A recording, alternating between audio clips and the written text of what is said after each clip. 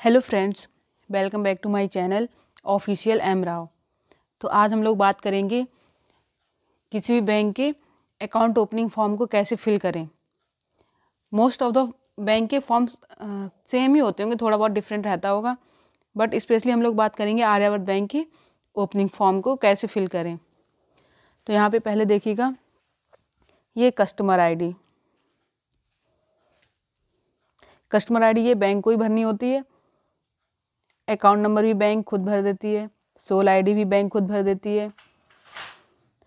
उसके बाद आप किस टाइप का अकाउंट खोलना चाहते हैं, सेविंग अकाउंट या current account, recurring account, monthly income, ये ओवरड्राफ्ट, मतलब जिस टाइप का आपको अकाउंट खोलना हो उसी पे टिक कर दीजिए। मेनली लोग सेविंग अकाउंट खोलता है उसी पे क्लिक कर देते हैं। तो यहाँ पे सेविंग अकाउंट पे टिक मारेंगे। उसके बाद यदि अन्य हो तो कृपया विवरण दें, मतलब इनके अलावा अगर कोई और अकाउंट खुलवाना चाहते हैं इनके अलावा, तो वो यहाँ पे स्पेसिफाई कर दिया जाएगा। जैसे domestic, NRE, NRO, FCNR, RFC, तो इसके अलावा कोई भी हो तो वो यहाँ पे टिक कर सकते हैं। फिर नेक्स्ट देखते हैं क्या क्या और भरना है। यहाँ पे डेट डाल सकते हैं कि जिस डेट में आप फॉर्म दे रहे हैं, या फिर बैंक वाले खुद ही भर सकते हैं यहाँ पे डेट। देन यहाँ पे ब्रांच का नाम लिख देंगे, किस ब्रांच में आप अकाउंट ओपन कर रहे हैं। यहाँ पे लिख देंगे आप कौन से टाइप का अकाउंट खोलना चाहते हैं, SB, current account, FD, RD, जिस टाइप का खोलना चाहते हैं। स्टार्टिंग में कितने रुपए जमा कर रहे हैं वो यहाँ पे भर देंगे। अगर नहीं कर रहे हैं तो यहाँ पे ब्लैंक भी छोड़ सकते हैं। देन यहाँ पे ये सब कुछ नहीं भरना, ये करेंट अकाउंट वालों के लिए होता है। स्थापना की तारीख, कारोबार गतिविधि। देन मेनली शुरू होता है यहाँ से, वो अगर ऊपर नहीं भी भरेंगे तो भी काम चल जाएगा। जैसे फर्स्ट एप्लीकेंट का नाम, सेकंड, कभी कभी होता है ना कि लोग जॉइंट अकाउंट ओपन कराते हैं तो उसके लिए 3 लोग का इसमें दिया गया है। अगर उससे ज़्यादा कराते हैं तो एडिशनल फॉर्म ऐड कर सकते हैं इसमें। तो इसमें जैसे फर्स्ट एप्लीकेंट का नाम, फर्स्ट नेम यहाँ पे लिख देंगे, उसका मिडिल नेम यहाँ पे और सर नेम यहाँ पे, तो पूरा नेम हो जाएगा। सेकंड एप्लीकेंट का नाम यहाँ पे लिख देंगे, थर्ड का यहाँ पे, अगर सिंगल है तो सिंगल में यहीं पे लिख दो, कोई दिक्कत नहीं। देन अगर जैसे एक से ज़्यादा लोग के इसमें जुड़े हुए हैं तो यहाँ पे रिलेशनशिप टू फर्स्ट एप्लीकेंट, मतलब इसके साथ क्या रिलेशन है तो वो यहाँ पे फिल कर देंगे। जैसे आप अपनी मदर के साथ ज्वाइन करते हैं तो मदर और सन, मदर या डॉटर, ऐसे करके यहाँ पे लिख सकते हैं। चेकबुक चाहिए कि नहीं चाहिए उस पर टिक कर देंगे, चाहिए कि नहीं चाहिए वो सब। फिर अगर कोई माइनर अकाउंट खुला रहा है उसके केस में ये भरना होगा। अगर कोई माइनर नहीं है तो उसको ये नहीं भरना होगा। माइनर के केस में इसको भरना पड़ता है कि कोई बच्चा है तो उसके अकाउंट को कौन ऑपरेट करेगा, मदर, फादर या ब्रदर, कोई भी कर सकता है, उसके केस में है, और किसी को नहीं भरना होता। जैसे नेम ऑफ पेरेंट्स है, natural guardian, guardian of appointed by court, मतलब 3 टाइप के गार्जियन होते हैं। एक जो नेम ऑफ पेरेंट, जो भी उसमें माता पिता है वो, नेचुरल गार्जियन, मतलब जैसे गार्जियन तो कोई भी हो सकता है ना, माता पिता भी हो सकते हैं, फादर भी हो सकते हैं, अंकल भी हो सकते हैं, उनका नाम। और एक होते हैं गार्जियन अपॉइंटेड बाय कोर्ट, मतलब कोर्ट ने किसी को गार्जियन अपॉइंट कर रखा है, उसका नाम यहाँ पे फिल कर सकते हैं। फिर आगे देखते हैं, ये गार्जियन एक डिक्लेरेशन फॉर्म फिल करेगा अगर कोई बच्चा माइनर है तब, यहाँ पे साइन कर देगा, बस ये हो जाएगा। लेकिन अगर मान लो कोई एक करंट अकाउंट खुलाता है, उसको स्टेटमेंट चाहिए होता है, तो वो उसको कितने दिन में स्टेटमेंट चाहिए वो यहाँ पे टिक कर देगा। क्वार्टरली चाहिए या मंथली चाहिए। मेनली करंट अकाउंट में ही होता है, बाकी और किसी अकाउंट में इसको नहीं भरना होता है, क्योंकि और सबको पासबुक मिलती है। और जो और सर्विसेज चाहिए जैसे एटीएम से debit card, internet banking, mobile banking, TPIN, अगर इनमें से कोई सर्विस चाहिए तो उस पर टिक कर सकते हैं।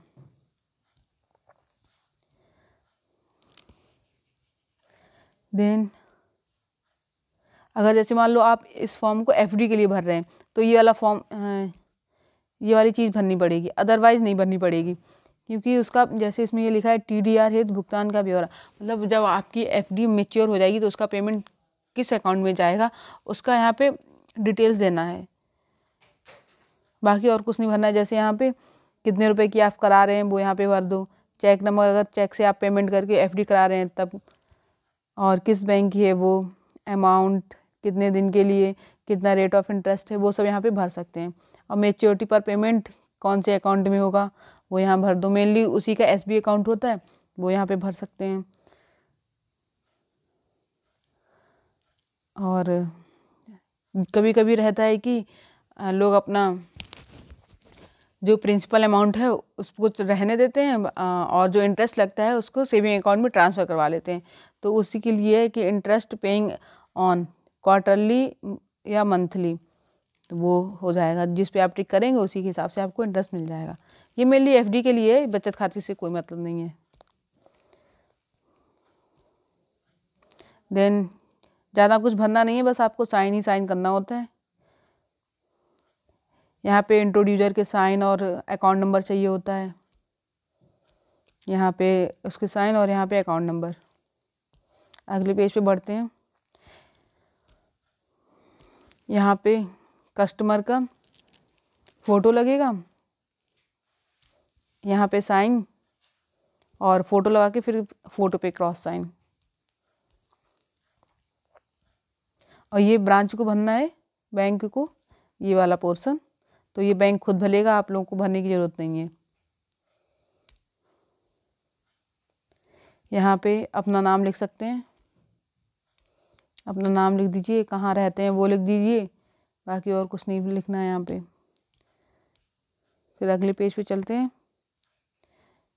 ये सब भी सेविंग अकाउंट वालों को कुछ नहीं भरना होता है,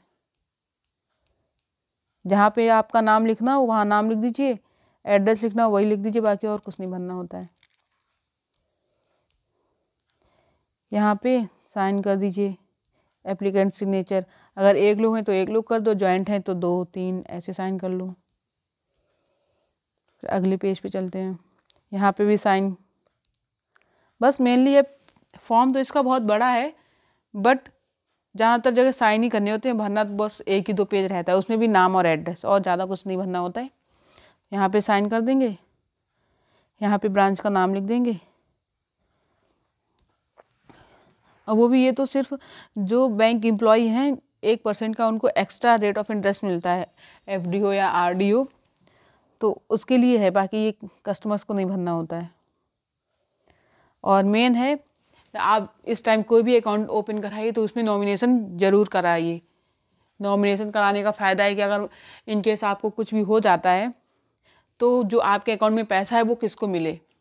तो अगर नॉमिनेशन होता है तो बैंक को भी आसानी होती है कि जो पर्सन नॉमिनी है उसी के अकाउंट में पैसा ट्रांसफ़र कर दिया जाए। अगर नॉमिनी नहीं होता है तो दिक्कत होती है, किसको पैसा दिया जाए किसको नहीं दिया जाए वो सब होता है, तो आप नॉमिनी ज़रूर कराएं। यहाँ पे टिक कर दीजिए, नॉमिनी चाहिए, नॉमिनी कराना वो भर दीजिए, और यहाँ पे नॉमिनी का नाम, उसका एड्रेस, क्या रिलेशन है वो सब भी यहाँ पे लिख दीजिए, यहाँ रिलेशन कितने साल का है ये सब। और यहाँ पे ये भी दिया गया है कि अगर कोई साइन करता है तो उसको गवाह की ज़रूरत नहीं होती, विटनेस की ज़रूरत नहीं है, वो यहाँ पे अपना सिंपली साइन कर देगा। अगर इन केस कोई अंगूठा लगाता है तो उसके केस में 2 इंट्रोड्यूसर चाहिए, वो विटनेस चाहिए होते हैं कि हाँ ये किसी पर्सन को नॉमिनी बना रहा है, उसके लिए 2 इंट्रोड्यूसर चाहिए, इंट्रोड्यूसर नहीं सॉरी विटनेस चाहिए, 2 विटनेस, वो कोई भी हो सकते हैं। और ये नॉमिनेशन का एक्नॉलेजमेंट स्लिप आपको दी जाएगी। और ये मैंडेट लेटर है, इन केस जैसे करेंट अकाउंट होता है तो आप जैसे कोई और थर्ड पर्सन है वो अपने साइन करके आपके अकाउंट से डेबिट कर सकता है, उसके लिए स्पेसिमेन लेटर है, बाकी सेविंग अकाउंट में तो मेनली लोग खुद ही अपने आते हैं और पैसे लेके जाते हैं। ये बस उसी के केस में है कि आप किसी और थर्ड पर्सन को अपना पावर दे रहे हैं कि वो हमारे अकाउंट से डेबिट कर सकता है, उसके लिए ये है, बाकी और कुछ नहीं।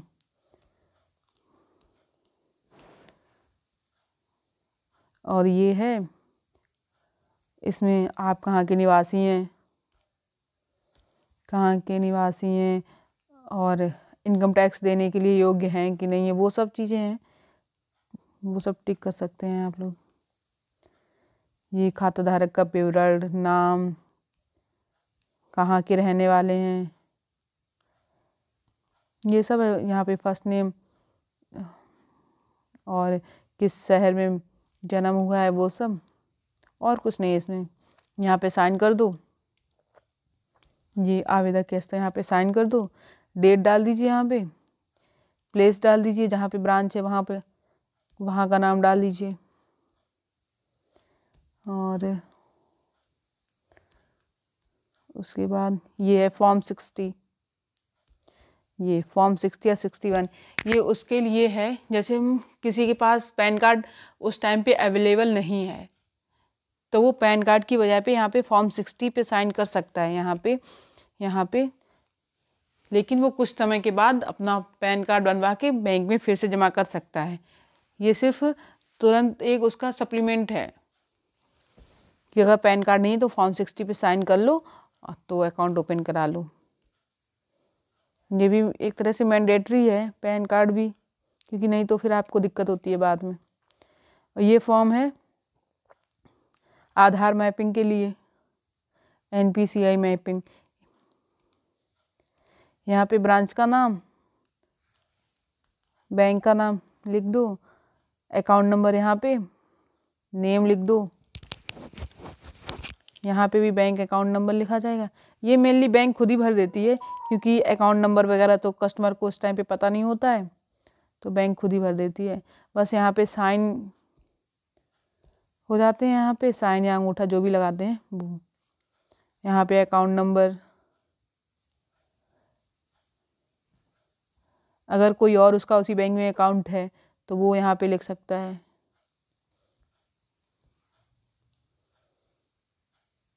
और यहाँ पे साइन करने होते हैं। मोबाइल नंबर अपना लिख दो, ईमेल आईडी लिख दो, और आधार कार्ड की अपनी फ़ोटोकॉपी इनक्लोज कर दो NPCI मैपिंग के लिए।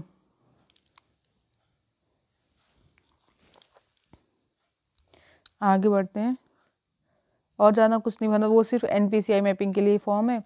और ये फॉर्म उसकी कस्टमर प्रोफाइल शीट है, ये मेनली भरनी होती, ये वाला पेज और एक और पेज है वो भरना होता है। ये तो बैंक ही भर देगी।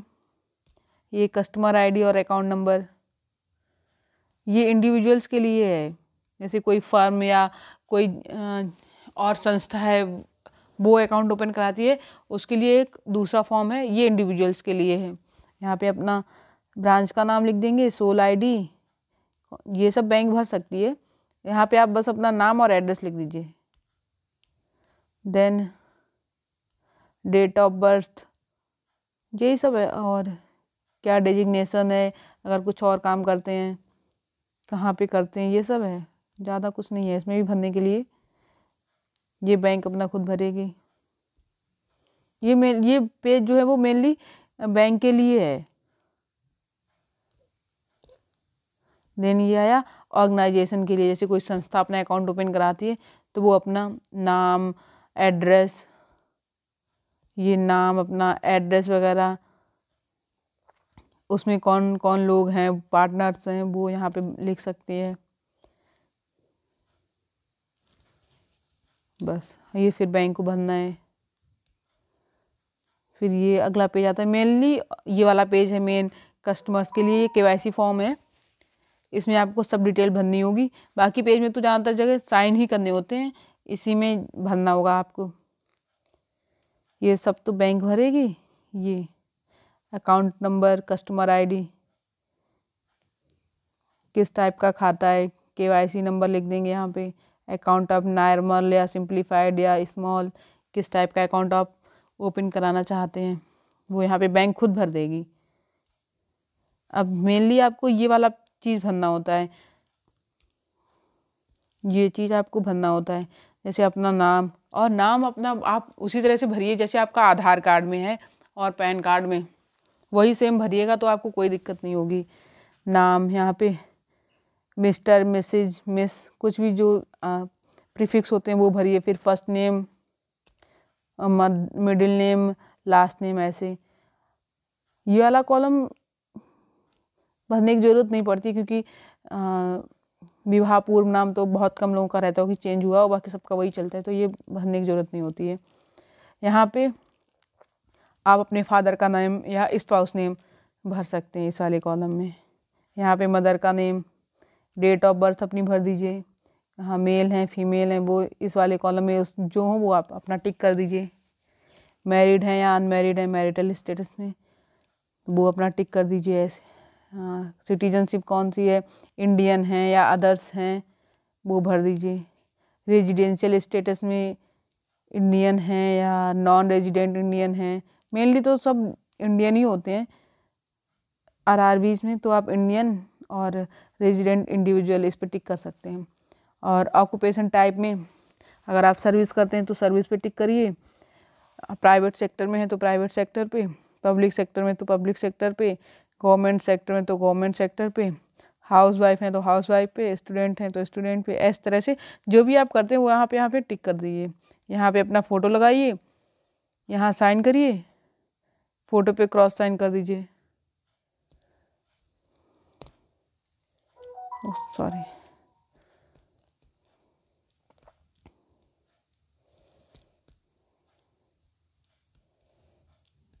यहाँ पे देखिए ये वाला पेज, ये यहाँ पे थे प्लेस ऑफ बर्थ, ये भर दीजिए प्लेस ऑफ बर्थ, कहाँ आपका जन्म हुआ। और प्रूफ ऑफ आइडेंटिटी, आइडेंटिटी में आप अपना आधार कार्ड दिखा सकते हैं, पैन कार्ड दिखा सकते हैं, मनरेगा का दिखा सकते हैं, ड्राइविंग लाइसेंस दिखा सकते हैं, वोटर कार्ड दिखा सकते हैं, पासपोर्ट दिखा सकते हैं। ये चीज़ें हैं प्रूफ ऑफ आइडेंटिटी के लिए आप यूज़ कर सकते हैं। जैसे इसमें दिए भी गए हैं पासपोर्ट, वोटर आईडी नंबर या पैन कार्ड हो या ड्राइविंग लाइसेंस या आधार कार्ड हो, नरेगा जॉब कार्ड हो या कोई और हो डॉक्यूमेंट जो सेंट्रल गवर्नमेंट के द्वारा ऑथराइज हो, उसके द्वारा इशू किया गया हो, या कोई और डॉक्यूमेंट हो। सिंप्लीफाइड में मेजर्स अकाउंट मतलब जैसे आप किसी स्कूल में पढ़ते हैं और उनके द्वारा कोई आईडी इशू की गई है वो आप दिखा सकते हैं। ये सब चीज़ें हैं वो यहाँ पे आप भर सकते हैं। अब एक और होता है प्रूफ ऑफ एड्रेस, दो मेनली चाहिए होते हैं, प्रूफ ऑफ आइडेंटिटी और प्रूफ ऑफ एड्रेस। तो आपका पता किस टाइप का है, तो रेजिडेंशियल मेनली होता है, तो वो आप इस पर क्लिक कर सकते हैं, यहाँ पे टिक कर दीजिए। और प्रूफ ऑफ एड्रेस के लिए आप क्या क्या दे सकते हैं, पासपोर्ट में होता है, ड्राइविंग लाइसेंस में एड्रेस होता है, नरेगा जॉब कार्ड में एड्रेस होता है, वोटर कार्ड में होता है, आधार को भी प्रूफ ऑफ एड्रेस मानने लगे हैं। मतलब जो आपके पास हो इनमें से वो इस पर आप क्लिक कर सकते हैं। अगर कोई और भी हो इसके अलावा एड्रेस के लिए तो वो भी आप यहाँ पे लिख सकते हैं। देन यहाँ पे अपना जो आपका आधार में एड्रेस लिखा हुआ है वो आप लिख सकते हैं, पिन कोड यहाँ पे कौन से स्टेट से हैं वो, बाकी और कुछ नहीं भरना है। और ये करस्पॉन्डेंट या लोकल एड्रेस, मतलब अगर आप के मतलब कोई कम्युनिकेशन एड्रेस अलग है, परमानेंट एड्रेस अलग है, तो दोनों यहाँ पे भर दीजिए। यहाँ पे करस्पॉन्डेंट एड्रेस था, वहाँ पे परमानेंट एड्रेस था। अगर दोनों सेम है तो दोनों सेम जगह भर दीजिए, नहीं तो अलग अलग है तो अलग अलग भर दीजिए। फिर अगर आप ये दोनों भर लेते हैं तो फिर इस वाले भरने को ज़रूरत नहीं होती है। बाकी हर जगह मेनली आपको एड्रेस और नाम ही भरना होता है और कुछ भरना नहीं होता है। सॉरी, यहाँ पे आप जिस किसी के भी साथ ज्वाइंट होना चाहते हैं details of related person in case of additional related person, मतलब आप जॉइंट अकाउंट अगर खुलाना चाहते हैं तो उसकी कस्टमर आईडी, उसकी केवाईसी, वो सब यहाँ पे लिख दीजिए। केवाईसी नंबर, उसका नाम वगैरह यहाँ पे, वो उसका एड्रेस, वो सब यहाँ पे भर दीजिए। अगर नहीं है तो भरने की ज़रूरत नहीं है।